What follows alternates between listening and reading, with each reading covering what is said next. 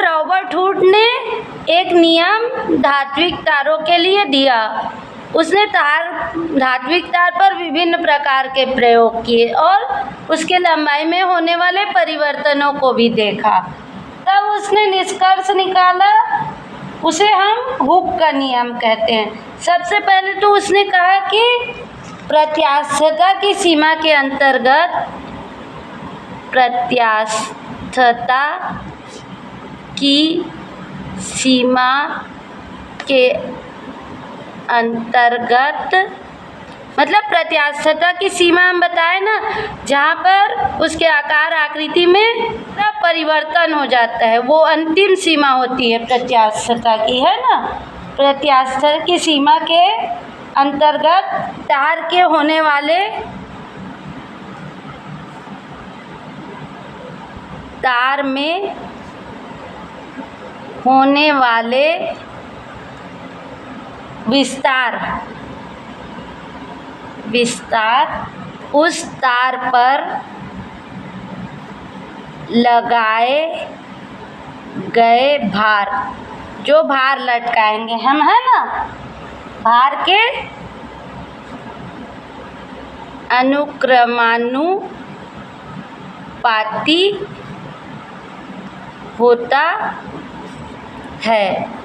यह नियम हुक ने पहले दिया। फिर बाद में उसने पाया कि यह नियम और भी चीज़ों के लिए लागू होता है, जैसे संपीड़न, झुकाव आदि में भी लागू होता है। तब हुक ने इसमें संशोधन किया और नया नियम दिया। तो हुक ने एक नया नियम दिया। उसके अनुसार उसने क्या कहा कि प्रत्यास्थता की सीमा के अंतर्गत प्रत्यास्थता की सीमा के अंतर्गत प्रतिबल विकृति के क्या होती है, अनुक्रमानुपाती होती है। ठीक है, ये कहा। तो इसके अनुसार प्रतिबल अनुक्रमानुपाती विकृति। अब अनुक्रमानुपाती का निशान हटा देंगे तो क्या आ जाएगा, एक उसके जगह नियतांक आ जाएगा, उसकी जगह एक नियतांक आ जाएगा। तो प्रतिबल बराबर वो नियतांक मान लो हम ई है गुणित विकृति। ठीक है, जहाँ ई बराबर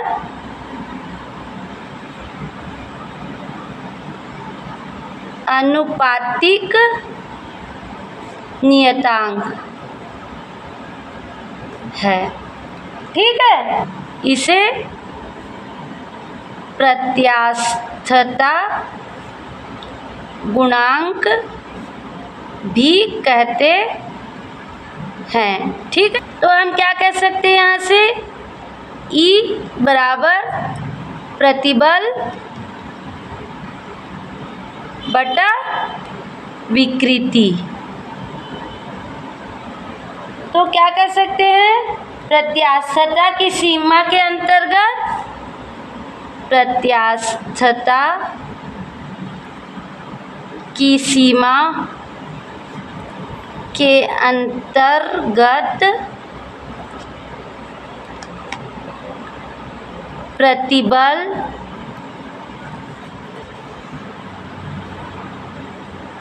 और विकृति के अनुपात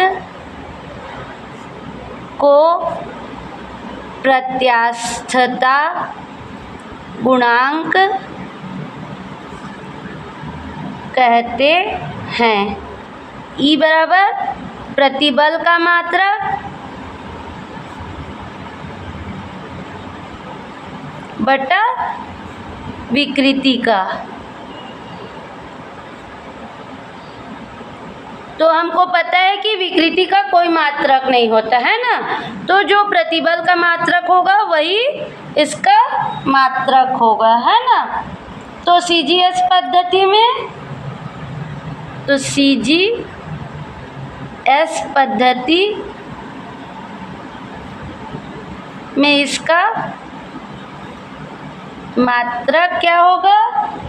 CGS पद्धति में इसका मात्रक होगा डाइन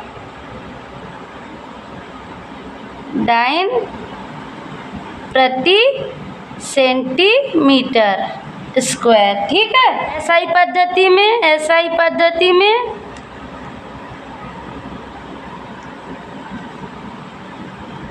इसका मात्रक न्यूटन प्रति मीटर स्क्वायर, ठीक है। विमीय सूत्र बराबर, विमीय सूत्र क्या होगा?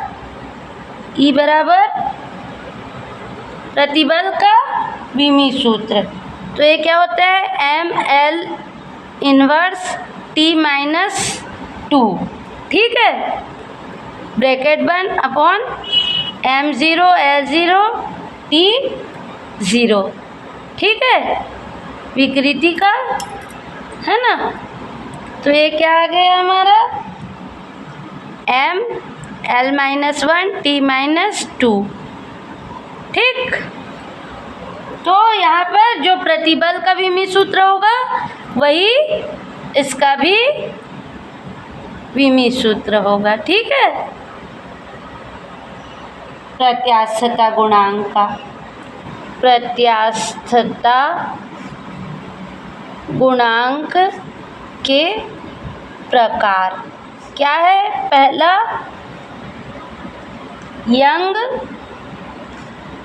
प्रत्यास्थता गुणांक, दूसरा क्या है हमारा? दूसरा है आयतन प्रत्यास्थता गुणांक, आयतन प्रत्यास्थता गुणांक, दृढ़ता गुणांक, ठीक है।